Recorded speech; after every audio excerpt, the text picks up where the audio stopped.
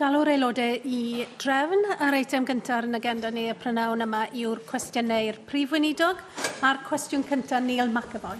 Diolch, Llywydd. First Minister, not so long ago you described it as odd that Wales doesn't have its own... You need to ask the question on the order paper. Excuse me. I do apologise. It's not on the order paper, First Minister. Oh, there we go. Sorry. Don't blame the order paper, Mr McAvoy. Dim problem. Will the First Minister make a statement on Welsh Government support for cricket in Wales? Yes, via Sport Wales we provide £537,000 this year to Cricket Wales to support the development of the game across Wales. Okay, diolch, and thank you for your patience there. Not so long ago you described it as odd that Wales doesn't have its own national cricket team.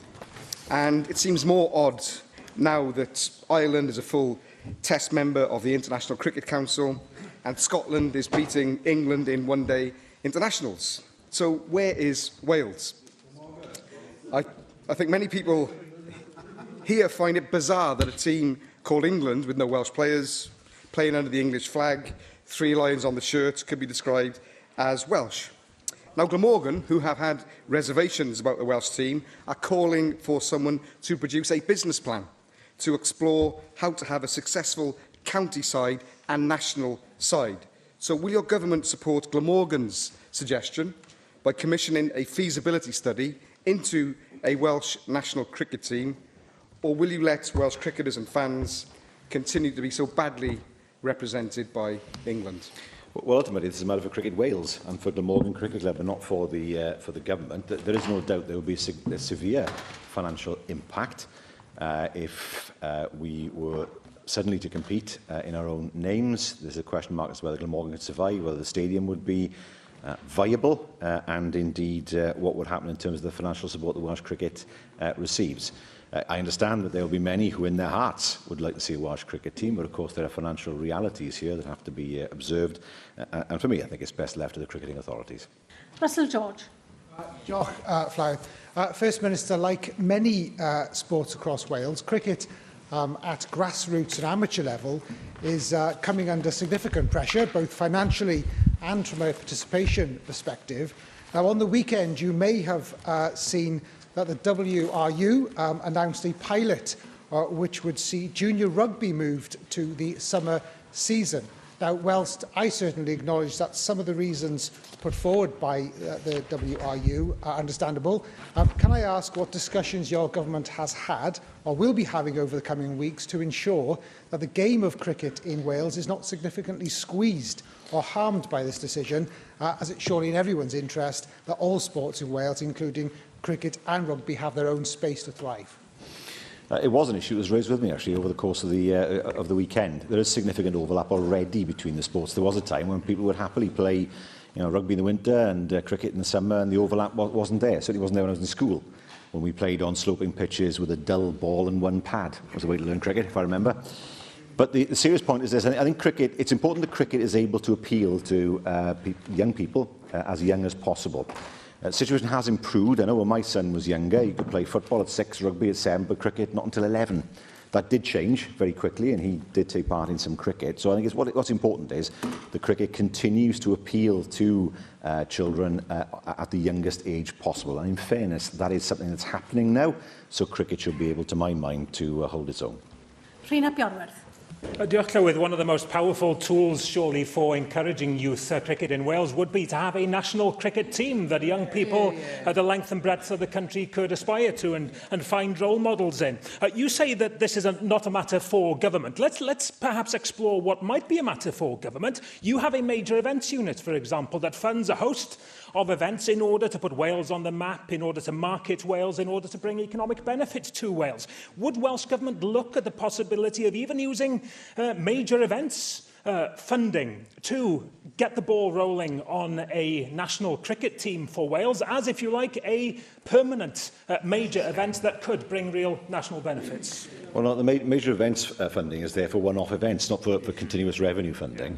But he's right to say, of course, that it's a good way of showcasing Wales, but we don't just attract events that have Welsh teams in them, if I can put it that way. We've just had the Volvo Ocean Race. There was Welsh participation, but there wasn't a Welsh team. The point was to bring the attention of the world to Cardiff Bay and to Wales and to see what we could host. The same with the Champions League. Well, yes, there was a Welsh participation, clearly, but there weren't Welsh teams in it. So I think it's hugely important that we are able to showcase ourselves as a nation that can host major events. We've done that incredibly successfully. You know, we are by far the smallest nation, for example, to host the Champions League. Cardiff is the smallest city to host the Champions League. We've done it, and there's no reason why we can't do it again. It shouldn't just be tied to whether or not there's a Welsh team in the event as to whether we then support that event. Cwestiwn 2, Mohammed Ashka. Thank you, Madam Presiding Officer. What measure will the Welsh Government introduce to prevent animal cruelty in next 12 months, please? Well, the Wales Animal Health and Welfare Framework Implementation Plan, snappily titled, sets out the framework group and Welsh Government priorities for animal health and welfare, and the Cabinet Secretary will be making a statement on companion animal welfare later today. Thank you very much for the reply, Minister. Since May this year, every abattoir in England is required to have CCTV cameras installed on all areas where live animals are kept. Officials vet will have unrestricted access to footage to reassure consumers that high welfare standards are being enforced. Does the First Minister agree that this is an effective way to prevent animal cruelty, and when will the Welsh Government make CCTV compulsory in our abattoirs in Wales? Well, there are a number of controls already in place in abattoirs. Official vets are present in every single one of them. The larger abattoirs, which process the majority of animals, have CCTV, and official vets are able to access footage if they suspect welfare standards are not being met. That said, we are determined to improve standards and practices where it's necessary and reasonable to do so, and the £1.1 million food business investment funding package will assist small and medium-sized slaughterhouses to improve their facilities, including the installation of CCTV. Cwestiynau nawr gan arweinwyr y pleidiau. Arweinydd yr wrthblaid, Andrew Arty Davies. Thank you, Presiding Officer. First Minister, prostate cancer is a cruel condition that, if diagnosed early enough, has remarkable success rates, 90% plus. Regrettably, obviously, screening in some parts of the UK leaves a lot to be desired. In particular, here in Wales, regrettably, the ability to get access to the MP MRI scanner for 4 health boards is non-existent, and people do end up having to pay considerable sums to have that scan undertaken. In England, for example, where that scan is available, it has a 92% detection rate. With the 4 health boards, which total 700,000 men within those health boards, unable to attract that type of screening, what commitment can you give as First Minister and as a government to roll out the screening so that whatever part of Wales you live in, you will have access to that screening, so that if you do require surgery or intervention, it can be done in a timely manner? Well, an important question, and one that deserves a detailed answer, if I may, Llywydd. I can say that health boards in Wales are able to offer multi-parametric scans in line with the current guidance from NICE. That guidance currently recommends MP-MRI for people with a negative biopsy to determine if another biopsy is needed and if the management of a proven cancer will benefit from staging of the tumour.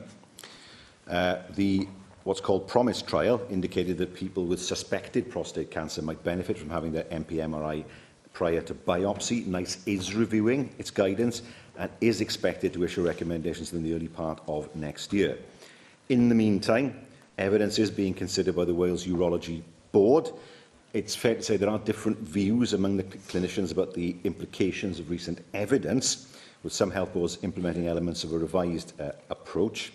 What I can say is if NICE recommends pre-biopsy MP-MRI for suspected prostate cancer, then we would expect all health boards to amend their care pathways accordingly. In the meantime, health boards will continue to consider the evidence and pathway reforms through the Wales Urology Board. I thank you for that detailed answer, First Minister. You know, regrettably, 10,000 men a year die from prostate cancer. It's the biggest killer of men, and some universality around the screening programme must be a compunction on the government, because actually cancer doesn't rely on postcodes, it's universal, it is. On the bowel cancer screening programme that the Welsh Government have, it has been called, at the moment, a very postcode lottery-driven screening programme. And in particular, 1 in 4 individuals are waiting in excess of 8 weeks to have their screening procedure diagnosed and actually put into practice if intervention is required. 900 people die a year of bowel cancer here in Wales. If ultimately we had a better, more robust screening system and a wider screening system that actually took into account 40 years and above, then we could drive those numbers down even further. Given we know the importance of screening, and in particular on bowel screening, what action is your government doing to shorten the waiting times that will remove that 1 in 4, 25% of people waiting in excess of 8 weeks to get the results that they require? Because it cannot be right that where the treatment is treatable, where the condition is treatable, just through waiting too long on a waiting list, you have a detrimental impact on your outcome. With screening, it's a question of who do you target for the screening? Because you can't screen everybody. Which particular elements of the population are particularly susceptible to a particular type of cancer? Because it's not physically possible to screen everybody. We want, of course, to see consistency across the health boards. They're able to access the new treatments fund if that's appropriate for what they wish to take forward. What I can say is when we look at our urgent suspected cancer route, for example, the vast majority of people started definitive treatment within the target time of 62 days, 88.7%. 96% of patients who are newly diagnosed with cancer not via the urgent route started definitive treatment within the target time of 31 days in March 2018. So the vast majority of people do get the treatment that they should get within the right amount of time. But of course, we rely on specialists in order to advise us to make sure that we can see how we can improve screening where that's necessary. Those improvements are desperately needed. As I said, Bowel Cancer UK say it is a national crisis that people are waiting. 1 in 4 people are waiting 8 weeks or more for that screening process to be undertaken. But what we do know from the weekend's announcement that the UK government have made is that there will be a considerable uplift in the spend available to the Welsh government to spend on health and social care here in Wales. These screening proposals, well, I can hear the chuntering from the Labour backbenchers, but the reality is that money is coming over to the Welsh Government. Now, it is perfectly right under the devolved settlement that you choose where to spend that money. From these benches, we believe that that money should be spent in the fields of health and social care to make those improvements in prostate, bowel and other treatments available to patients here in Wales. Now, will you commit today to make sure that any money that is made available to the Welsh Government is spent on those key areas so that we can see the improvements that we desperately need in diagnostic tests and waiting times and staff recruitment that other parts of the UK who are committed to delivering it into the health and social care budgets will see? We need that commitment, First Minister. Will you make it? Well, the first thing we have to see is how much money we'll actually get, because there are 2 important points to make here. First of all, we have been informed that that money, whatever money we get, will be the source of funding to deal with pay increases. So the lifting of the pay cap will have to be financed through any money that we get via the source that he has mentioned. So that's the first thing to mention. There's no extra money on top of that.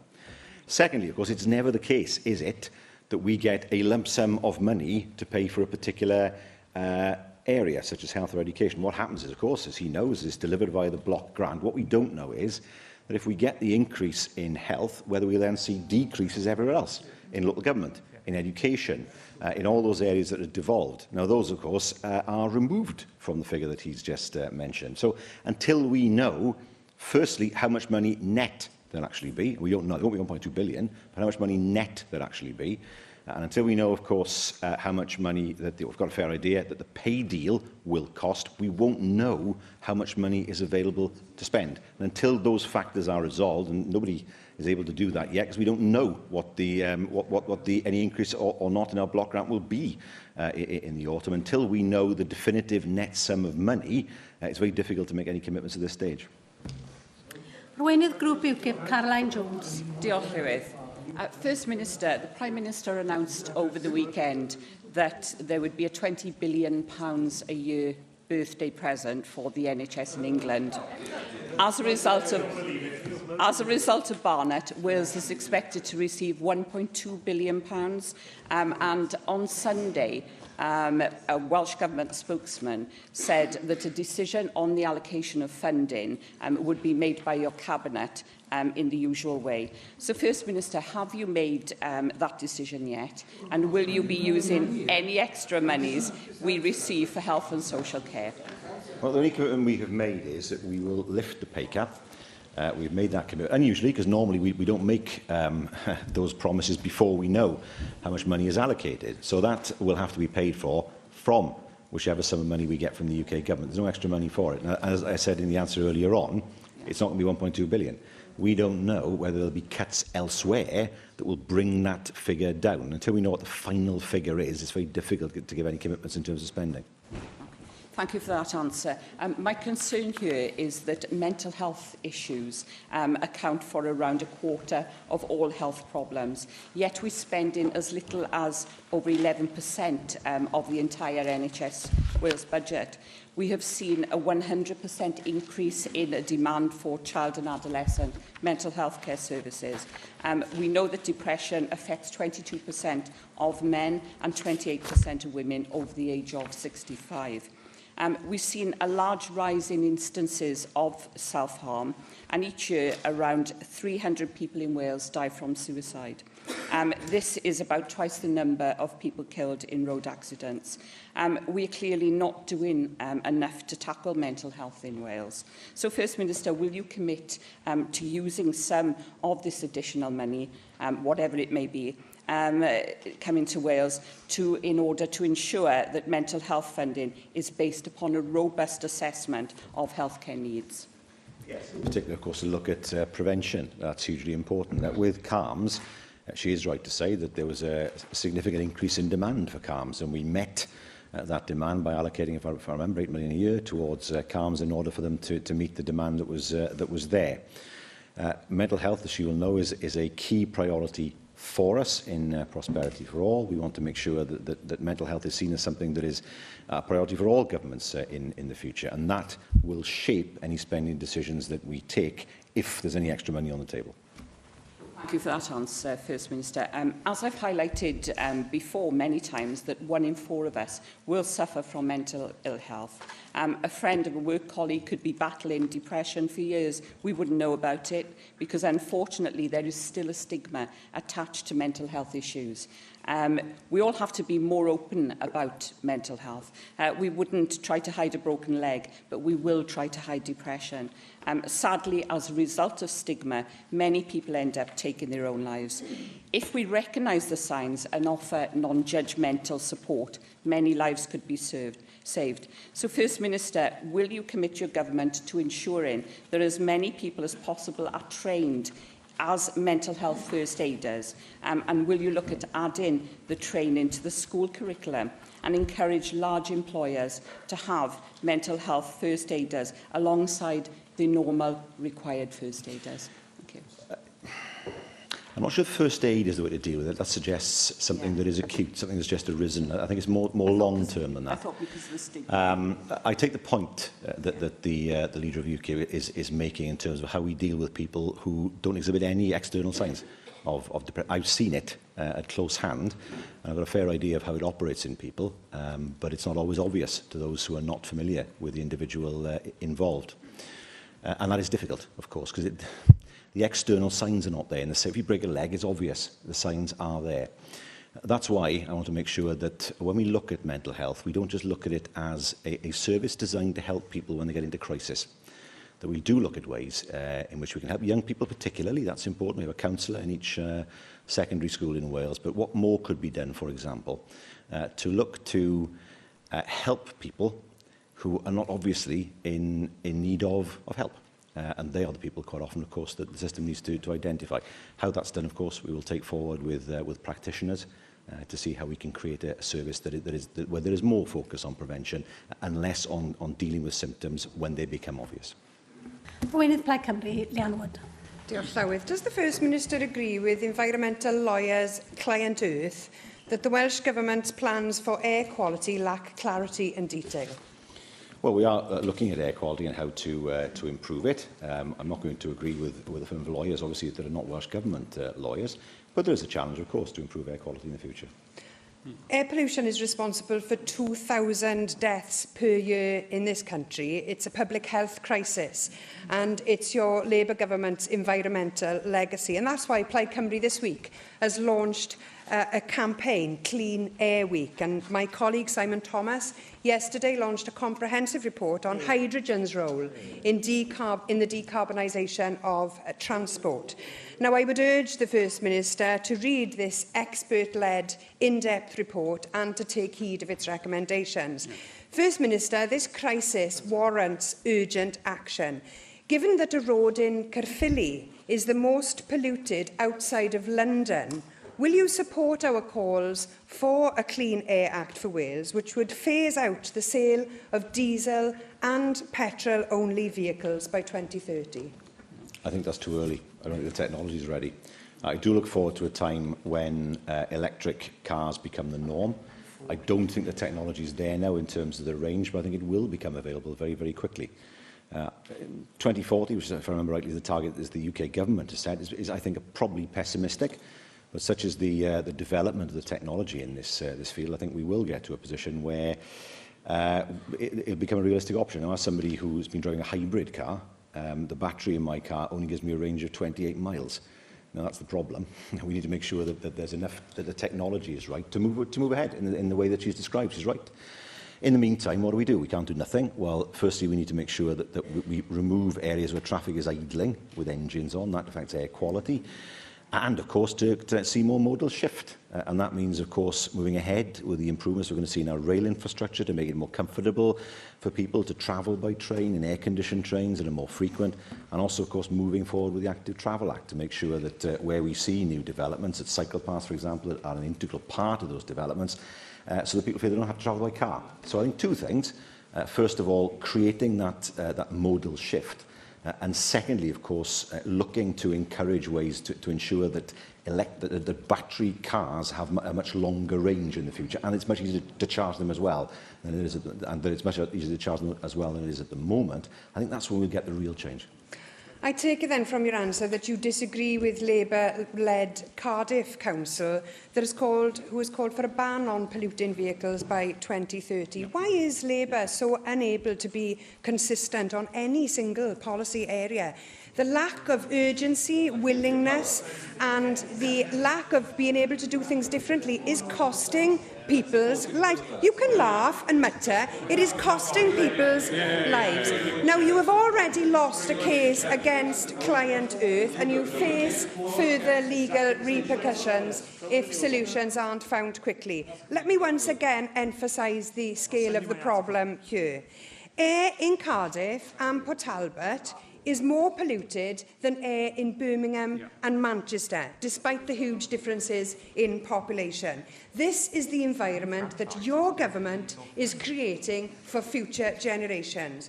First Minister, as a very first step, you could ensure that the planned automotive park in Ebbw Vale focuses on the development of hydrogen and electric vehicles, putting Wales at the forefront of the clean transport revolution. Will you at least do that? I wonder if she or others in the plaid benches drive a hybrid car or an electric car. Silence. Well, I mean, practice what you preach. That's what I would say. When you put in infrastructure, well, there we are. Simon Thomas. Well.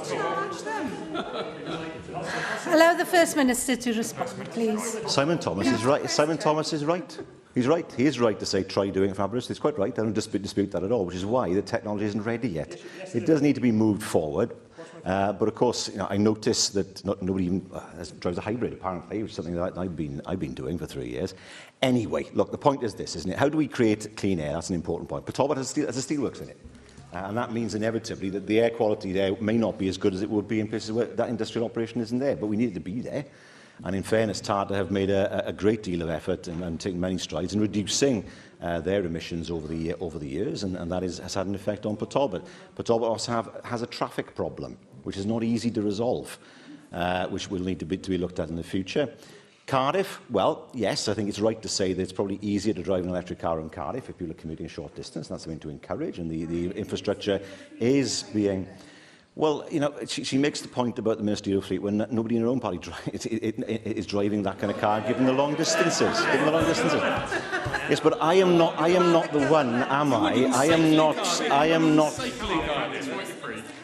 not the one saying that we should move to battery-operated cars as quickly as possible. They are. Well, practice what you preach. The second thing is, of course, and in the short term, the way to do this is to encourage more people out of their cars, and also, of course, to ensure that people are able to use the public transport network as conveniently as possible. We are doing that. That's why the criticism the Plaid Cymru launched at the rail franchise last week, the only people who criticised it. We will make sure that the whole of Wales has the best rail structure in Britain. We've shown the way for the rest of Britain. It's no longer any good for people who use the Valley Line services to travel on ancient trains with no air conditioning and an unreliable service. That's going to change. People will have the trains that they deserve. People will be able to access the cycle routes that they deserve. People will see, as we have taken powers now over buses, they will see an integrated bus and train and light rail network. And that is what we offer the people of Wales, a real vision to plug that gap until such time as the technology is available and the range is available for battery-powered cars. Question 3, Paul Davis. A wnaeth y Prif Weinidog amlinellu blaenoriaethau economaidd Llywodraeth Cymru ar gyfer Sir Benfro dros y 12 mis nesaf. Mae strategaeth cenedlaethol ffyniant I bawb ar cynllun gweithredu ar yr economi yn nodi'r camau yn cymryd I wella'r economi a'r ymgylchedd busnes drwy Gymru gyfa. Prif Weinidog, fe gwrddes I a busnes bach cymharol newydd yn ddiweddar o'r enw Composites Cymru yn fetholaeth I sy'n cynnyrchu partiau carbon fibre I gerbydau a mae'r busnes nawr yn edrych I ehangu gynnyrchu pethau eraill. Hefyd, dwi'n siŵr y byddwch chi'n cytuno fi bod hi'n bwysig ein bod yn gwneud popeth a gallwn ni I gefnogi busnes fel hyn trwy sicrhau mynediad I gyllid mwyn bod y busnes yn gallu ehangu a bod yr economi lleol yn gallu elwa. Felly allwch chi ddweud wrthon ni beth mae Llywodraeth Cymru yn wneud I sicrhau bod busnesau bach, yn enwedig busnesau bach mewn ardaloedd gwledig yn gallu cael gafel ar gefnogaeth ariannol fel ei bod yn gallu tyfu yn y dyfodol a gwella'r economi lleol. Wel, wrth gwrs, ni wedi ymrwymo I gefnogi busnesau bach ag SMEs. Ni wedi, wrth gwrs, buddsoddi 86 miliwn o bunnoedd yn 2020 I sicrhau bod busnesau'n cael ysbythrwyd, y manylion sydd eisiau nhw, yn cael canllawiaeth a hefyd cefnogaeth busnes trwyddo raglen Busnes Wales. A mi'n bleser I weld bod yna gynnydd o 10.6% o busnesau yn Sir Benfro ers 2011. Ac wrth gwrs, mae'r buddsoddiad sydd wedi cael ei wneud yn y system band eang wedi gwneud gwaniaeth mawr yn sicrhau bod busnesau yn gallu sefyll mewn ardaloedd mwy gwledig a nid teimlo bod nhw'n gwybod symud I llefydd mwy trefol. Cwestiwn 4, Vicky Howells. Diolch, Llywydd. How will the South Wales Metro improve access to public transport in the Cynon Valley? Well, Aberdare and the wider Cynon Valley will benefit from an increase to 4 services per hour in 2022. And more immediately, the Sunday service trial that's currently operational will be made permanent in December 2018. Thank you, First Minister. I welcome those comments on the rail aspect of the Metro, but I think it's important to note that from its inception, the Metro project has been promoted as an integrated transport solution. The geography of the valleys mean that it's often our most impoverished communities that can be furthest away from the train links on the valley floor. So for them to benefit from better access to the jobs market, it is crucial that they're served by strong bus links that feed in to those train services. So First Minister, what reassurances can the Welsh Government give that those bus links remain at the heart of the Metro vision? Well, members will know the frustration that many of us feel when constituents come to us and say, is there anything you can do about this bus route that's been cut? And the answer is, well, it's nothing to do with government. It's all run by the private sector, apart from subsidised routes. Well, that has to come to an end, because in most parts of Wales, there's effectively a private monopoly on bus services. They can do as they see fit in terms of which routes they run. Now that we have responsibility and control over the bus services in Wales, there's now the opportunity to create that integrated bus, light rail and train system that we've wanted to see for a long time in Wales. She's right to say there are many cross-valley routes, for example, that are not served by rail, but are important in terms of what they deliver through bus services. now we can start looking from phase 2 and 3 and beyond at a properly integrated public transport system for the whole of Wales. And these are exciting times. David Melding. First Minister, we're already seeing from the population statistics for RCT and Aberdeen being very important that there's an increase in population of people between 30 and 40 as some people are relocating to those areas to purchase family-size housing. This is leading to a larger or more diverse social mix, which itself regenerates areas like Aberdeen.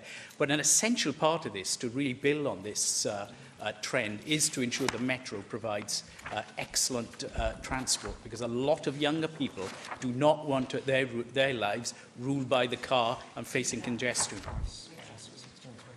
They do. You're quite right. They are more enlightened, I suppose, than many of the generations older than them. We are looking, of course, the member for Plenary has offered his strong support for that. I'm glad he considers it a part of the younger generation, but I'll not comment on that. We are looking, of course, at a system of half-price travel for young people as well, to make it easier for them to access the network that we will have in place. But he is quite right, the member is quite right to point out that we have to make sure that as we encourage people out of their cars, that we have a rail system that is good enough to attract them onto into the trains. For too long, they've had to put up with uncomfortable trains, with condensation running down the windows, with indifferent punctuality. Those days must change, and they will change as a result of the new franchise. McAntonev.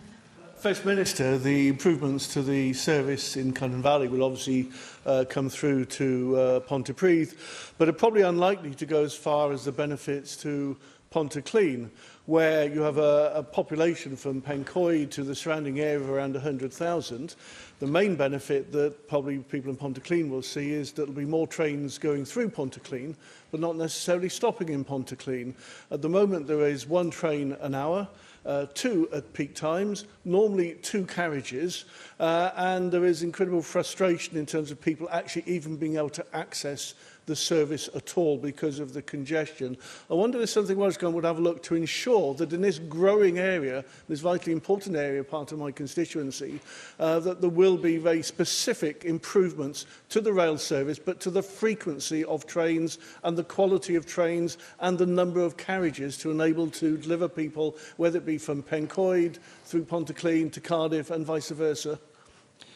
My daughter travels to Cardiff on a Monday to Tuesday. She is somebody who lobbies me constantly on this issue. She sees the overcrowding on the trains. She gets on in Bridgend, but of course with the stops that at Pencoed, at Llanharan, then at Pontyclean, she sees the overcrowding that takes place there with a 2-carriage train in the early morning. Bear in mind, of course, that the last franchise was let on the basis that there would be no increase in passenger numbers at all. That was unfathomable thinking at the time. This is not what we've done this time around. So it does mean looking at more frequent services to serve its constituents. It'll mean in time as well, of course, looking at the old Cokeworks line up to Bearline to see whether that can be used, probably like Trail, whether that can be used to link back into the main line to provide a service for people at the stations from Talbot Green, I suppose, Western Talbot Green, onwards and upwards up to Bearline. Cwestiwn 5, Llyr Griffith. With pa gamau mae'r Llywodraeth Cymru yn ei cymeryd i leihau lefelau aildryseddu? Mae Llywodraeth Cymru a Gwasanaeth Carchardai a Phrawf a'i Mawrhydi yng Nghymru wedi cydweithio i ddatblygu fframwaith ar y cyd i gefnogi newid cadarnhaol i bobl yng Nghymru sydd o risg o droseddu. Mae bron pob darn o ymchwil sydd wedi edrych ar faint carchardai wedi dangos fod carchardai llai yn cael gwell canlyniadau i garcharorion ac i gymunedau o'i cymharu â carchardai mawr ar ei mawr iawn, super prisons yn enwedig. Felly, os i chi o ddifri ynglyn â lleihau lefelau a aildroseddu, a newch chi ymrwymo os a phan fydd y materion yma yn cael ei datganoli i dorri cwys gwahanol yng Nghymru, ac i symud oddi wrth y model yma sicrhau nad oes na rhagor o garchardai mawr yn cael ei datblygu yma yng Nghymru. Nawn, fi'n credu bod rhaid i ystyried unwaith to y system dedfrydu a hefyd y system cyfiawnder yng Nghymru, ac yn wedi wrth gwrs carchardai a hefyd sefydliadau i droseddwyr ifanc. So mae hwn yn rhywbeth i ni'n ystyried ar hyn o bryd, achos os ni'n mynd i weld datganoli o'r system cyfiawnder, wel yna wrth gwrs mae rai cael polisi. Ond ys dim pwynt cael polisi unwaith bod y datganoli wedi digwydd, mae'n cael polisi o flaen llaw. A hwnna'n rhywbeth i ni fel Llywodraeth yn gweld, a rhywbeth yr ysgrifennu gwybod bod y gweinidog yn ystyried ac yn datblygu ar hyn o bryd. Nick Ramsey. Diolch, Llywydd. And First Minister, I'm sure you'd agree with me, key to low offending rates, key to low reoffending rates is training prior to release. And I recently opened a very successful jobs fair at Prescoed Open Prison in my constituency. It was hosted by, partially by Careers Wales, where ex-offenders had the opportunity to meet with employers, both local and from further afield, to see how they can best apply valuable skills that they picked up whilst in prison. I thought this was a very worthwhile scheme. Prescoed has an excellent record of rehabilitation. Can you tell us what the Welsh Government is doing, whilst I appreciate the prisons aren't devolved, what Welsh Government is doing to support organisations like Careers Wales so that ex-offenders, whilst they are in prison, do get that valuable opportunity to retrain so that upon release they can reintegrate with society and give society back those skills which they picked up in prison? Well, youth offending teams have played a significant role in reducing reoffending amongst young people. They've looked to support prevention, early intervention and diversion. As somebody with a significant experience in representing young people at the sharp end in the courts, what I would find is, yes, they can quite often get released from a young offenders institution having had training, but they fall back in the same peer group and at the same habits. So yes, training is hugely important. I very much welcome what's being done at Prescoed. But also, of course, those teams will know that it's hugely important to move people away from a peer group that might have got them into trouble in the first place, and often away from drugs as well, because the rate of reoffending with people who have abused drugs is enormously high. So I think it's a holistic approach that's needed, but what he's described as happening in his own constituency is a hugely important part of that approach. Question 6, Neil Hamilton. How does the Welsh Government assist health boards in the planning of healthcare in Mid and West Wales? Yes, the NHS Wales Planning Framework 2018-21 sets out the principles which health boards should follow when developing their integrated medium-term plans. We've also set out our vision for the future of health and social care services in the long-term plan, A Healthier Wales, which was launched last week. I thank the First Minister for that reply. As he knows, a significant part of Mid and West Wales is within the Betsy Cadwallader Health Board area. As at the end of March, there were 5,714 patients that were waiting more than 9 months for treatment in hospital. And under Betsy's current plans, many orthopaedic patients will still be waiting more than a year for treatment, and 4,200 generally will wait more than 9 months to be treated, whereas in Powys, that 9-month wait has actually been eliminated. Betsy also says that there's a systemic deficit of 13,500 patient pathways on the basis of patient demand. So that must mean that they are not being funded properly to provide a suitably comprehensive system of healthcare for the people of that region. Is it acceptable to the Welsh Government that under Betsy's plans, this is a health board who's actually planning to fail? No, the Health Secretary updated members last week on the progress made in some areas. He was also clear about the significant challenges that do remain and the support that will be in place for the next phase of work. It's right to say that some services have been de-escalated. Maternity services, of course, in a very difficult place at one point, were de-escalated as a special measures concern in February, and that demonstrates what can be achieved with focused action and support, and that is the model that we plan to use in ensuring that there is further de-escalation in the months to come. Angela Burns.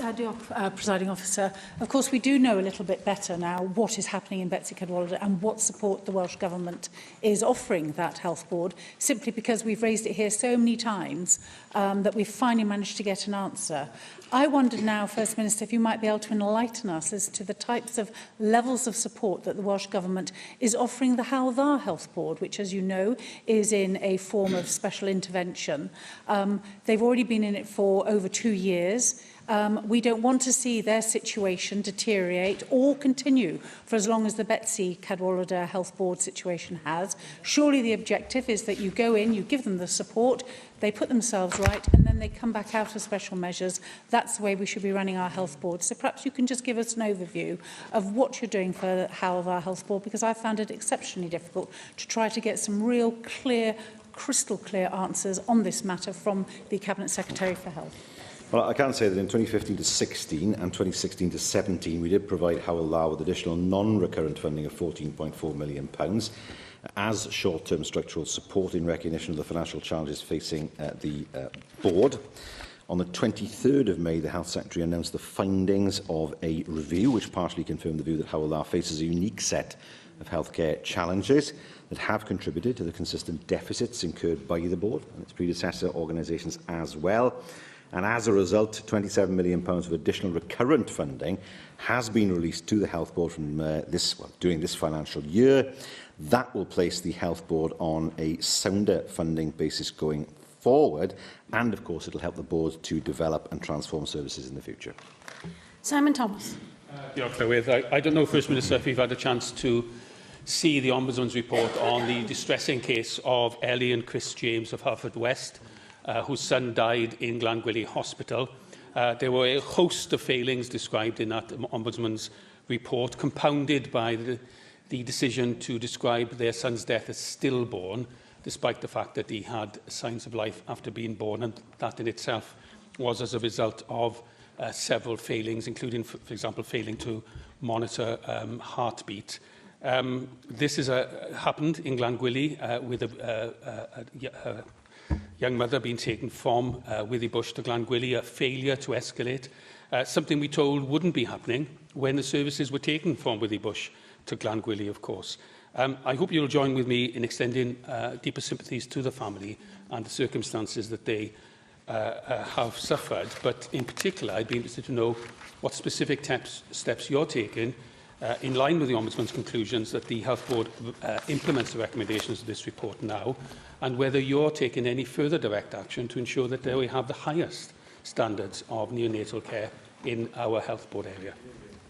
Nobody could fail to be moved by what these parents have gone through. Of course, I join him in expressing my enormous sympathy for what has happened to them, of course, and there are all of us, I'm sure, in this chamber who will more than empathise with the situation that they find themselves in, of course. Well, what should be done as a result? First of all, the Ombudsman's report was clear in its findings that the care provided was unacceptable, by more than one hospital, but unacceptable. The Health Board has accepted the report's recommendations in full. They have sent their action plan to us. Officials will now monitor the actions taken by the Health Board to ensure that the recommendations within the report are implemented. There has already been a great deal of learning and improvement in practice as a result of what is, of course, a very sad case, and we will ensure that that continues. As part of the learning process, I can say that we expect all NHS organisations to reflect on this case to identify any learning to improve patient care within their own respective organisations as well. So, yes, Hywel Dda will take action. That action will be monitored by us. Question 7, Bethan Syed. Provide an update on Welsh Government policy in relation to the criteria for the awarding of grants to companies. Yes, the financial support we provide to businesses plays a vital role in helping them to start, to sustain and grow, and of course to enable them to deliver wider economic benefit. But businesses receiving such support must satisfy grant terms and conditions, and any breaches may result in the recovery of that grant. Thank you for that answer. You will know that Celtic Wealth Management had a grant from your government for financial services, but instead decided to use that money to rip off steelworkers in the Talbot area and other people with defined pension benefits. This effectively amounts to cold calling and is something that is unethical.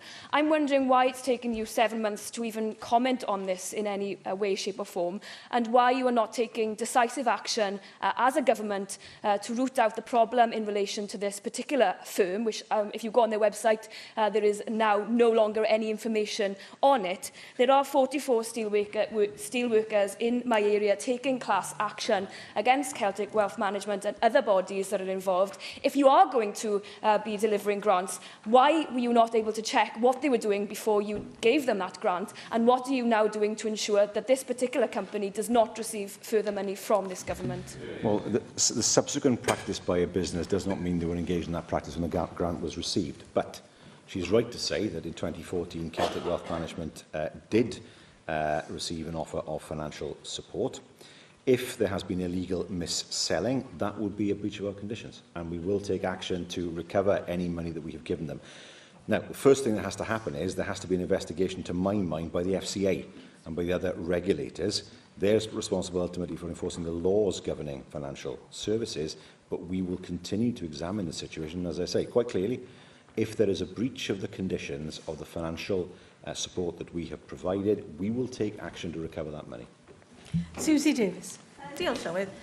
In your interim annual reports on grants management 26-17, it states that the permanent secretary was to chair the Improving Efficiency Board with the aim of, and I quote, reducing bureaucracy by identifying administrative work which is of low value or which could be undertaken less frequently or in a different way or not at all.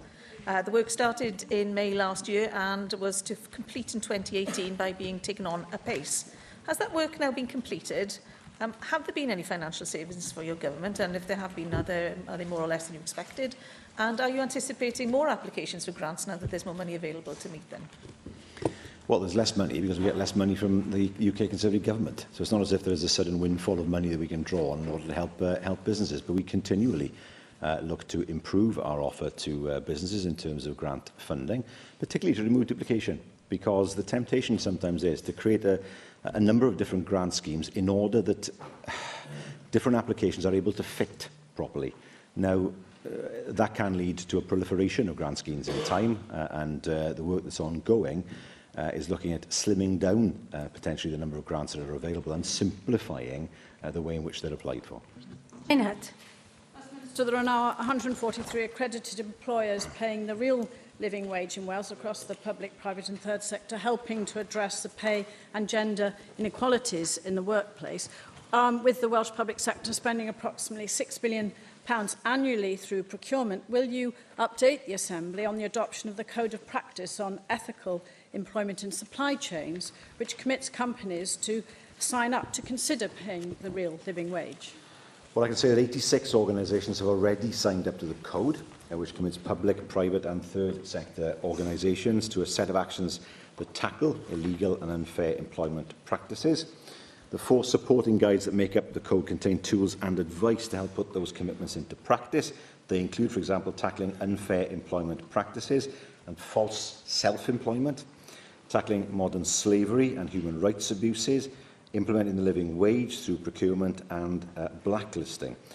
All organisations that receive funding from Welsh Government, either directly or via grants or contracts, are expected to sign up to the code. Ac yn ola, cwestiwn 8, Lee Waters. Diolch, Llywydd. What action is the Welsh Government taking to make sleep medication for children and young people with neurodevelopmental conditions more easily available? Well, currently there are no medicines containing melatonin licensed in the UK for the treatment of neurodevelopmental disorders in children and young people. We are guided by the recommendations of NICE and the All Wales Medicines and Strategies Group. Thank you, First Minister. Families with children with neurodevelopmental conditions often report that getting their child to sleep is one of the most stressful and difficult times of the day. One constituent came to see me recently. They couldn't settle their son until 4 in the morning, causing chaos in the house and stress for the whole family. When children do get to see a specialist, they're often prescribed melatonin as a way of settling them until they get into a routine, but that's not currently licensed for children, and GPs won't prescribe it. Given that in the Hywel Dda Health Board there's still a waiting list of some 18 months to see a specialist, though this is improving, this does cause great stress for families who are unable to get help from primary care and unable to get to see a specialist consultant. We must do better in offering them something, First Minister, to help them and their families deal with this very difficult condition. Would he look to see what is practical within the constraints and even better, try and remove some of the constraints? The difficulty is that it's not licensed for use at the moment. Now, medicines licensing is not devolved. The use, once a medicine is licensed, the use of it then is governed by NICE and the All Wales Medicine Strategy Group. But of course, for GPs are governed, I know dialogue is over there, but GPs are governed, as I understand it, by rules that tell them what they cannot prescribe, not what they can prescribe. So it is possible for a GP to prescribe melatonin. It's a matter for individual prescribers. There's no restriction on GPs doing that, but of course, any GP is going to ask the question, well, is this something I should be doing? Is it something that I regard as clinically safe? That's inevitable. And they do take clinical responsibility for the medicines that they prescribe. The BMA does say to GPs that they should not prescribe beyond their own knowledge or capability, sensible advice, and I can imagine GPs being nervous about prescribing what appears to be a medicine unlicensed for use in children. The next step has to be to look at evidence to make sure that it is licensed for use in children, and then, of course, to move on from there. What I can say, however, in the meantime, we have established a new service to assess, diagnose and provide ongoing support for children and young people with neurodevelopmental conditions, and we are investing £2 million a year to do so. Diolch i'r Prif Weinidog. Yr eitem nesaf felly yw'r datganiad a chyhoeddi.